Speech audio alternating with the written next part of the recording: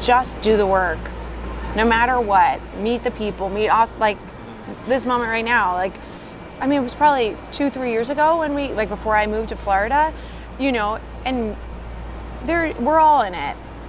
Meet the people, help each other out, do your own work, put yourself out there, make the connections.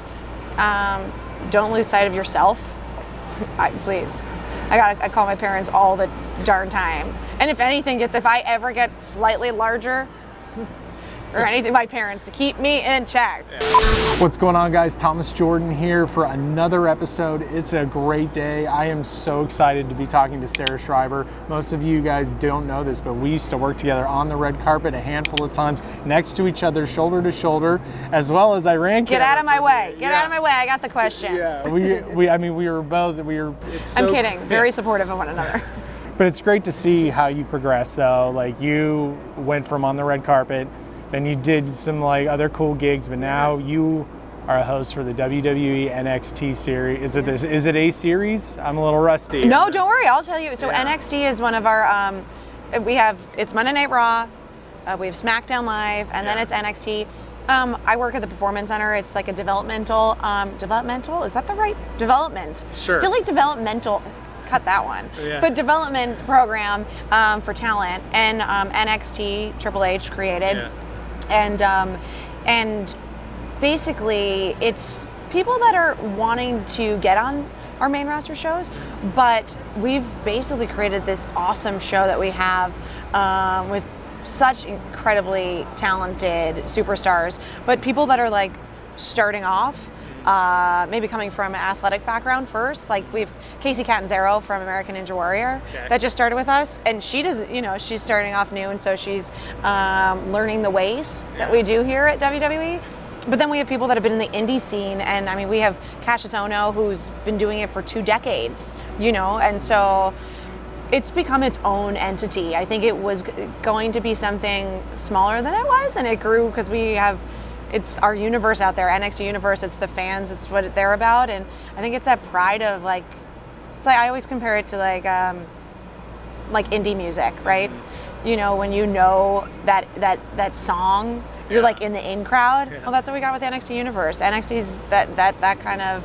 They know everything, and I love it. They've been awesome. And you went from reporter to ring announcer. Okay. So I went from I've gone from musical theater, singing and tapping on stage, to then I did acting with work with all different things, NCIS. I did Bloodline, and then with you we started doing I did the red carpet. I did SAG Awards to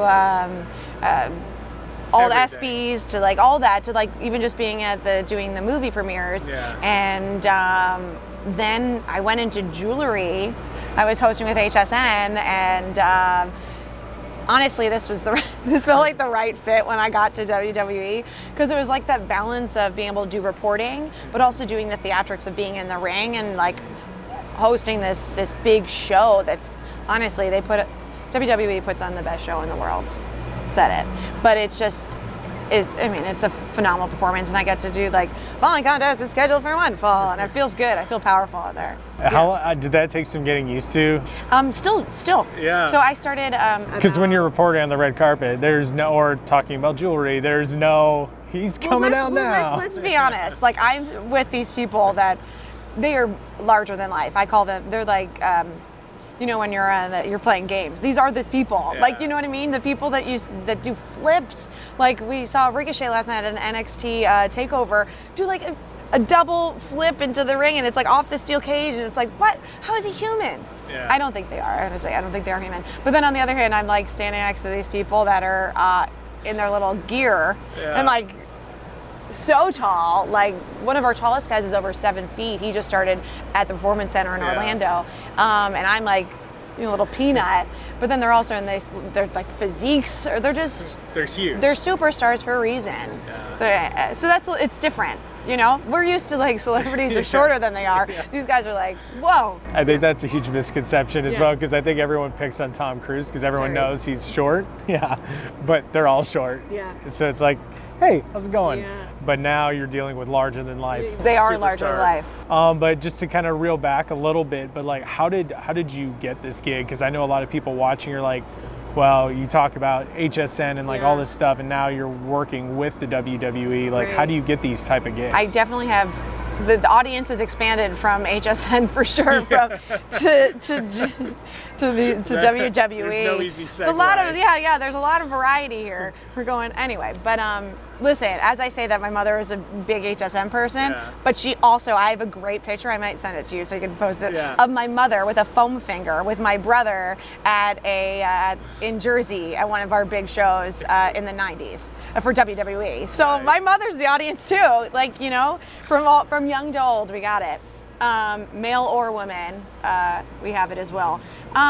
You know, it was just like this natural progression of working with someone, and I know like timing was everything. And I was in Florida. I lived here in LA for 7 years. I loved LA. It's literally perfect weather out right now. It is perfect weather. We got perfect lighting. Like, literally, no joke. If they say what the best weather is, it's right now, right here. And I was there, and it was like, you know, you do all your work, you meet people, and timing was like, hey, listen, there's a possible opportunity. Put yourself on tape, send your stuff. So you know, like, you know us. Like, I'm like editing, and like I'm at my home just drinking lots of coffee, making sure everything looks good, website's up.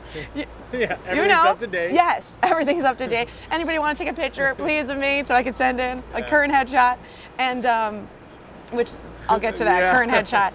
And I sent that in. That night I got a message, awesome. They were already like wanting to move to the next step. So that was great. I was like, okay, cool. And it was through a friend. Yeah, through somebody I happened to like meet through work. Like literally, like it was just, it's one of those wild moments of timing. You know, do your work, be prepared, and you never know when that little moment's gonna happen. So then that night they're like, here's copy, say all this stuff, and it's all like Survivor Series and like, and I'm in my condo in Palm Beach Gardens at the time, and they asked me to ring announce. And like, you can like, I watched JoJo, who's our top girl on Monday Night Raw, phenomenal. Greg Hamilton, like these voices are, you know, they're just booming. And I am so embarrassed in like my small little condo. Like, I know my neighbors hear me. I was gonna say. So like in when I used to do musical theater, like I'd be conscious of like warming up and like, and like doing all that, and like my neighbors hear me. But then you're like, it's New York. Everybody's like that. Florida, they're not gonna, like, me ring announcing, like, you know, coming to the ring, weighing from Boston, Massachusetts, weighing 300 pounds, you know, all that. People are gonna be like, who is this weirdo that's in my condo? But I committed. Yeah. And it was also like, with that stuff, it's finding that voice, and that's still a work in progress. Because I'm only half a year in, but man, it's like, it's lowering it, having the oomph, having the, I was gonna say cojones, but like that's how it feels, like really owning it. Because you don't want to feel fake. You want to come off genuine. Oh, completely. You do. But so then I did that. I had one of like my best friends come over and help me. I was like, this guy that I locally, and I was like, I need to act. You're a fan. I need to interact with you. And he's like coming in, and I was like, so we did that. You know how you set it up at home and you make it work. I hope you still have it. Oh, I have it. It's on my computer for sure. And so then I got the call to go to our performance center in Orlando, which is about 2 hours north from where I was, and that was the first time I got in the ring. Is that a little nerve-wracking? It's a glorious moment. You look at it and you're like, first of all, it's bigger than you expect.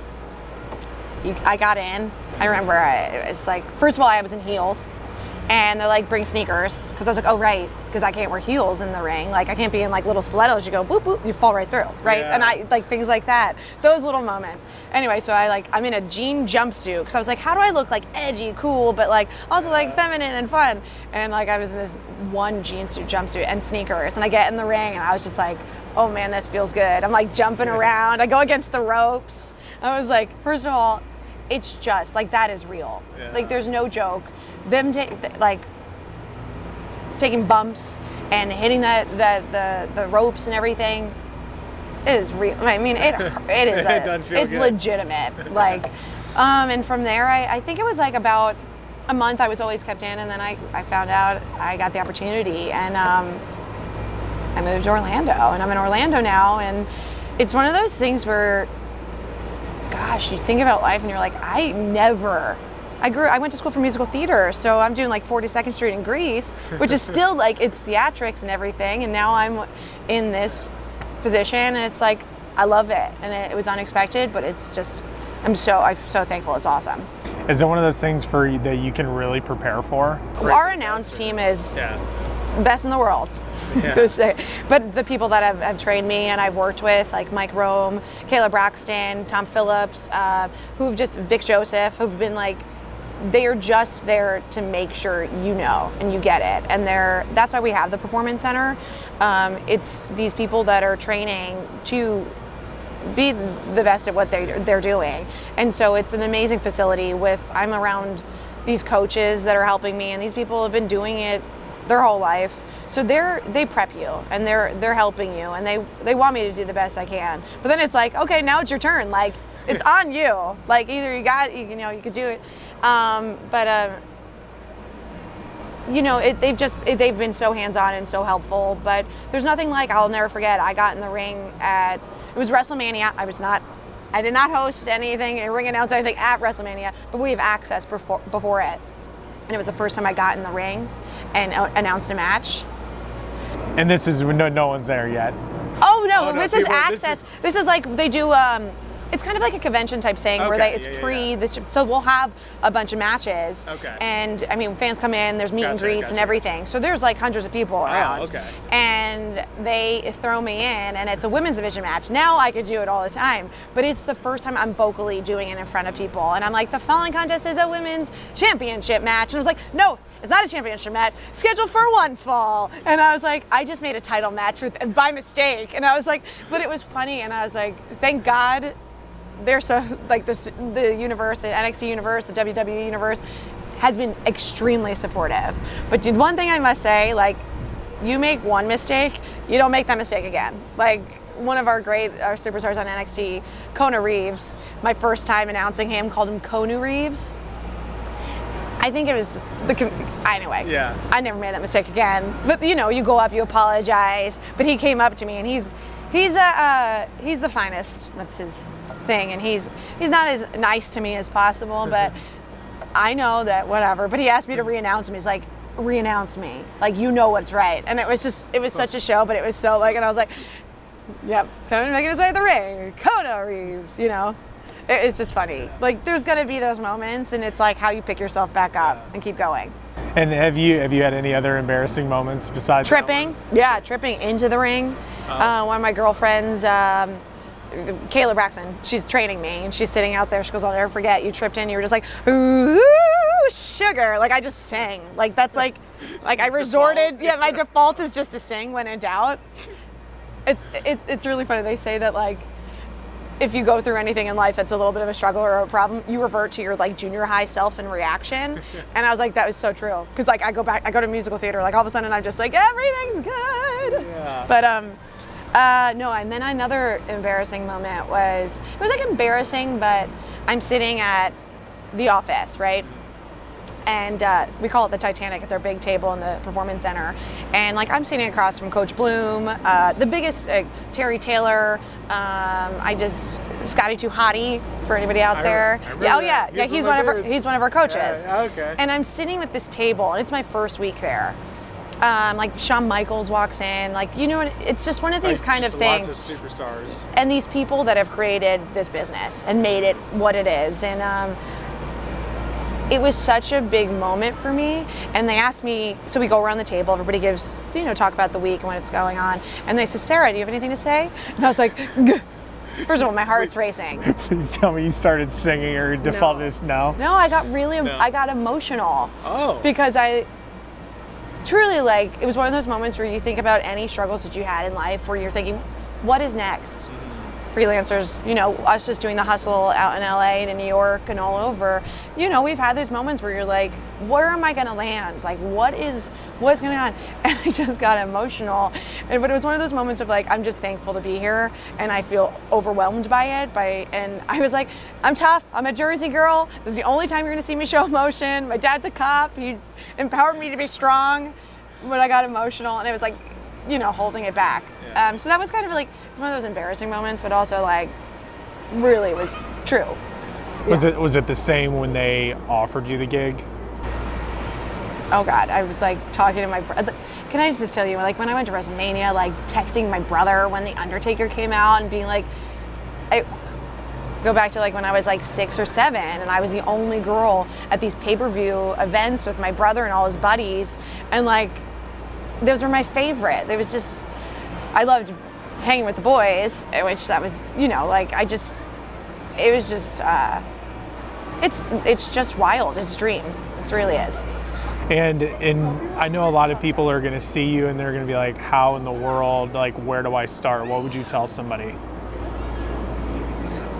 Because I know what a lot of people do is they'll see you and then they'll be like, oh, she's had that. But it's like they don't look back to the musical performance theater. They don't look back to this. You know, you just do the work. No matter what. Meet the people. Meet us. Like this moment right now. Like, I mean, it was probably 2-3 years ago when before I moved to Florida, you know, and we're all in it. Meet the people, help each other out, do your own work, like, you know, put yourself out there, make the connections, don't lose sight of yourself. Please. I call my parents all the darn time. And if I ever get slightly larger or anything, my parents keep me in check. Yeah. Oh gosh, I have a recent outfit that I wore. It's like I'm in love with power suits. And my mother calls me right after. She's like, "What? You forget your shirt underneath? Like, what are you doing?" So like, I don't know if that's giving anybody any advice, but I'm saying like, have a good people around you, but just do the work. I'll never forget. Like, I moved out to LA, 2009. And I was doing student films. I was going to USC, and no matter what, those people you work with, not making money, we're all going to move forward, and they're going to remember that moment that you did that for them. But no matter what, these are good people that are really passionate about what they do and love what they do, and sacrificing everything to do it, right? You know, and that's the thing that I love so much about the group that I work with. The group at NXT, it's the same thing. The main roster, what they're doing. They love something so much, and they never lost sight of it. And they're traveling the world, and there's times they don't see their wife for like 2 months, or their kids for 2 months, or you know, you just make it work. And listen, we know when you find something you love, it's so hard to see anything else, right? And it's just keep going. Don't get defeated.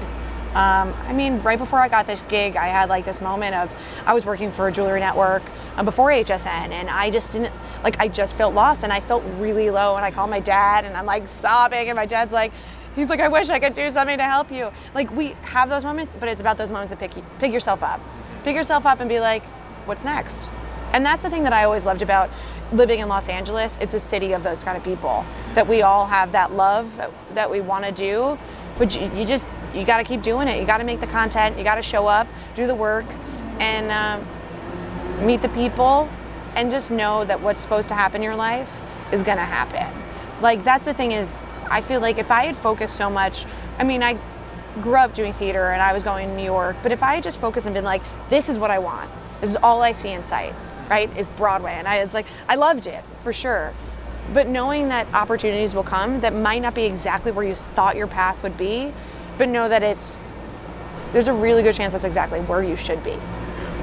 And I would never have thought I would be doing HSN. But my mother, every week had boxes at my front door, and I'm like, how did I become my mother? I'm literally on the network that she's already. And then the same thing with WWE. Like, this is something I grew up watching, and now I'm here and seeing those people that I watched on TV, you know, growing up, and they're talking to me and helping me, and I'm working side by side, you know.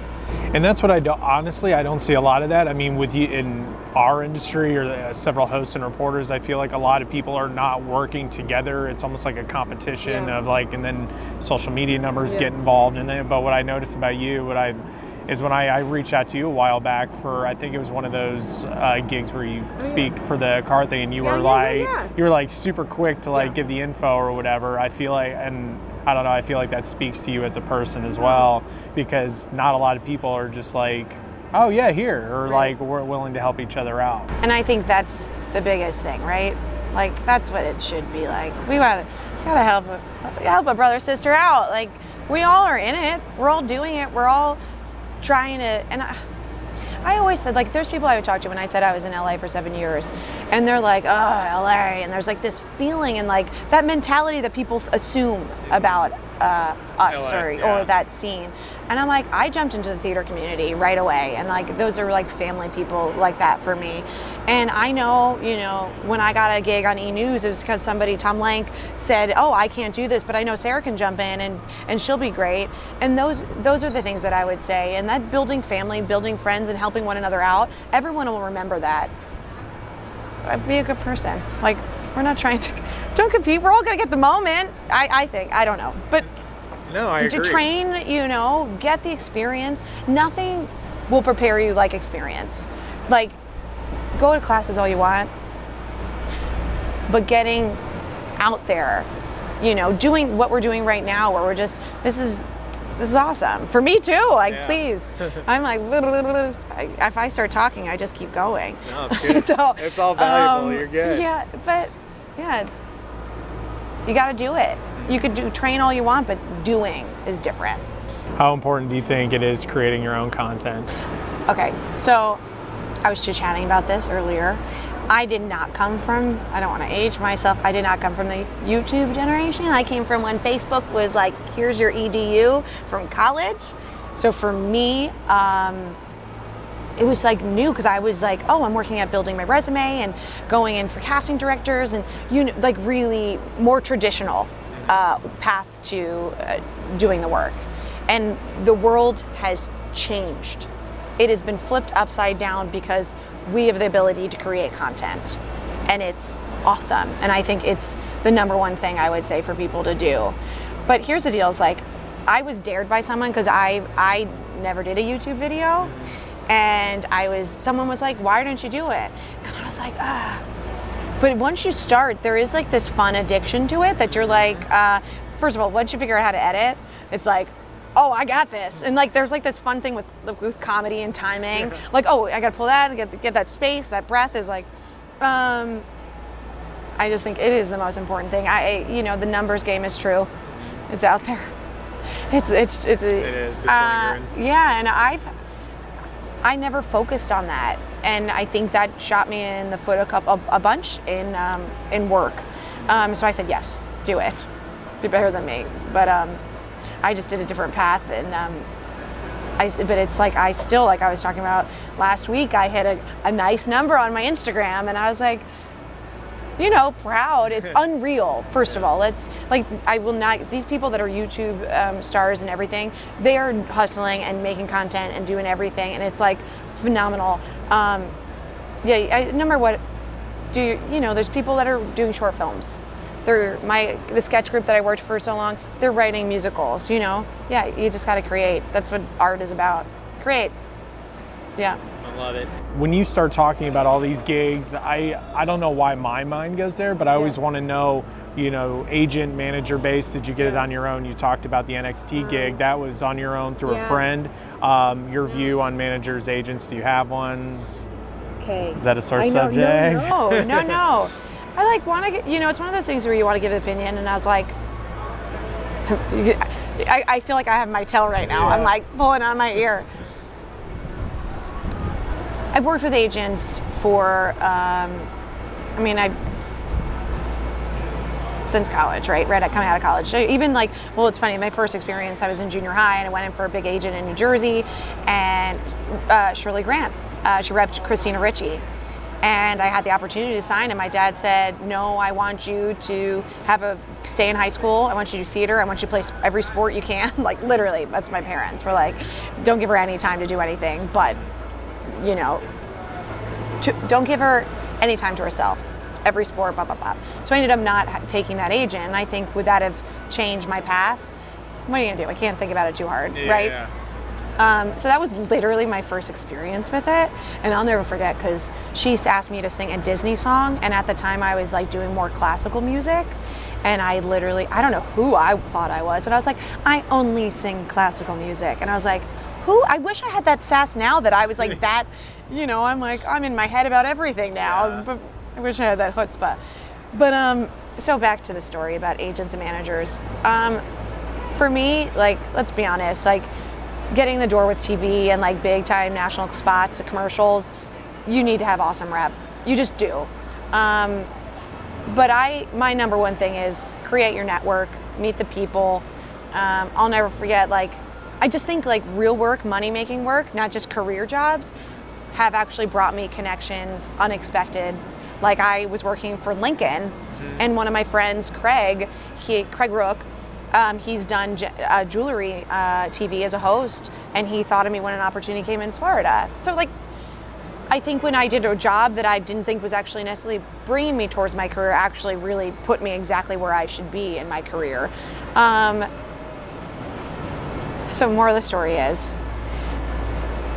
right now in Florida, I work with agents for, worked with Royal Caribbean, and that came through an agent.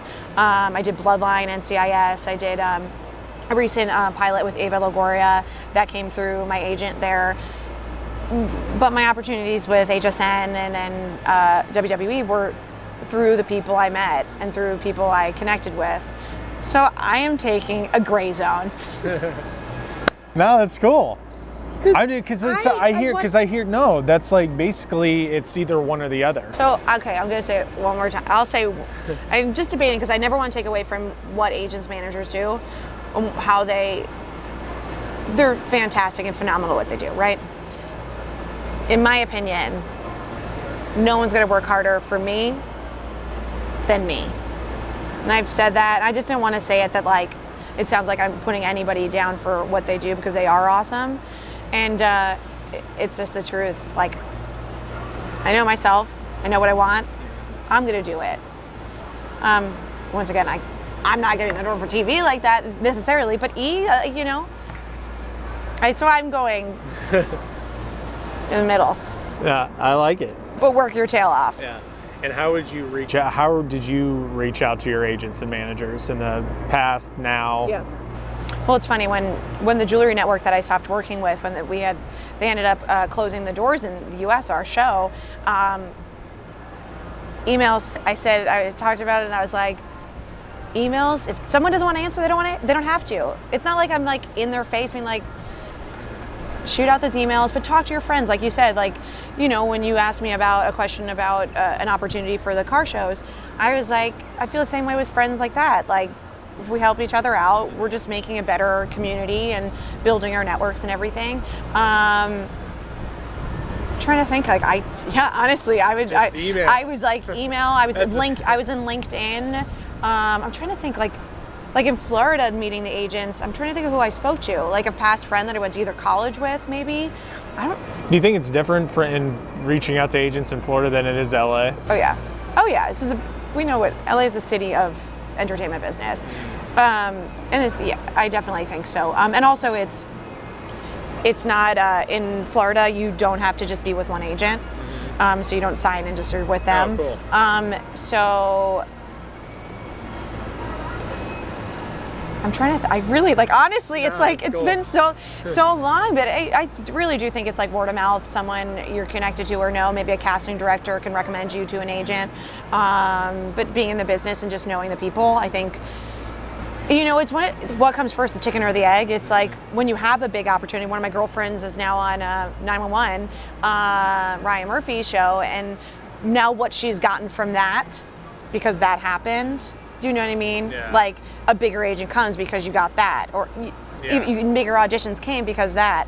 So, I mean, it's just developing. And if you could find someone that's really good for you and understands your voice and understands you and is getting you out there, of course, stick with them and invest in that and build your brand and build who you are. And that's the number one thing. It's building your brand. You know, that's something as an artist we forget about. It's sales. It's numbers like Instagram. It's proof like that. It's building the brand about, you know, who you are. Awesome, and I want to be respectful of your time and everything. Oh. Like that. What is the future for Sarah Schreiber? Well, the future is I'm going to go to Survivor Series right now. We're at the Staples Center right here, so that's going to happen. I'm going to go to Thanksgiving this week in Jersey and eat lots of food and sit on the couch and go to sleep. But no, I have my first SmackDown Live tour coming up in Canada. It's nerve-wracking, but I'm excited. Yeah, going to Canada, but chilly. I'm trying to think of like what else I have coming up, but no, NXT. We'll be filming TV, which is really cool. With NXT, we film right in Orlando. We do 4 episodes in a row. We have the fans around us. It's live, so we have 800 fans. Like, so if anything messes up, we just got to keep going. So it's like theater, where you just, no matter what, film audience is there, filming is going on. So you just got to keep going. And then we'll have another takeover. We'll be doing this in Arizona and Phoenix. We're going to be at Royal Rumble, and then we're going to be in Jersey for WrestleMania, which is my home where I grew up. You're going to be super stoked about that. Oh my gosh! So one of my favorite interviews I had with Kathy Kelly for WWE was like the getting to know you Sarah thing. Like, she's new. Learn about her. She goes, so WWE goes all around the world. If you can choose one place to go with WWE, where are you going? Jersey. I said Jersey. She goes, you have been the only person that has ever said that. And I was like, for me, it's like being with my family, being with my friends, and seeing what I'm doing and where I'm at now. Nothing is better than that. So. Awesome. And one person comes up to you, they're like, Sarah, I see you on NXT. You're like my hero. I want to do this. What do I need to do? What is one piece of advice you would give that person? Woo! Believe in yourself and just keep working at what you love and what you do, and have faith. But do the work. Like, you can't sit home and be like, it doesn't. No, you got to just get out there. Get out there and say yes. It's like improv. When you turn things away because you think it's below you, no, say yes. And stay humble, right? That's the thing, is I think ego gets too big sometimes. And you say, oh, I'm better than, I got a BFA in musical theater. I sang at Lincoln Center. Or I did this. We're all learning. It's life. Growth is constant. And we go up, we go down. And that's the thing with all of us, right? You'll see the biggest highs. I did stunts opposite Bruce Willis. The next day I was in Forever 21 and buying some $10 t-shirt. And I looked at the girl at the register, and I said, I just did stunts yesterday in a commercial opposite Bruce Willis. And just because I wanted to keep, and this girl's like, okay, bye. So, I mean, yeah, do the work and take the work and meet the people and be a good person. But man, it's the hustle. Keep your head up. You got this. Believe in yourself. That was great. Couldn't ask for a better answer. Thank you so much, guys. I hope you enjoyed myself and Miss Sarah Schreiber, NXT champion, ring announcer. Yeah, right? I got a title. We're gonna get you a title belt. That'd be super cool. But comment below. Let me know what the best takeaway from this interview was. Also share it with somebody who might be interested in what she does, what I do. If any media type questions, we'd definitely love to hear it. And get also a thumbs up. And what else? Oh, and subscribe for more videos like this one. Thank you guys so much, and we'll see you next time.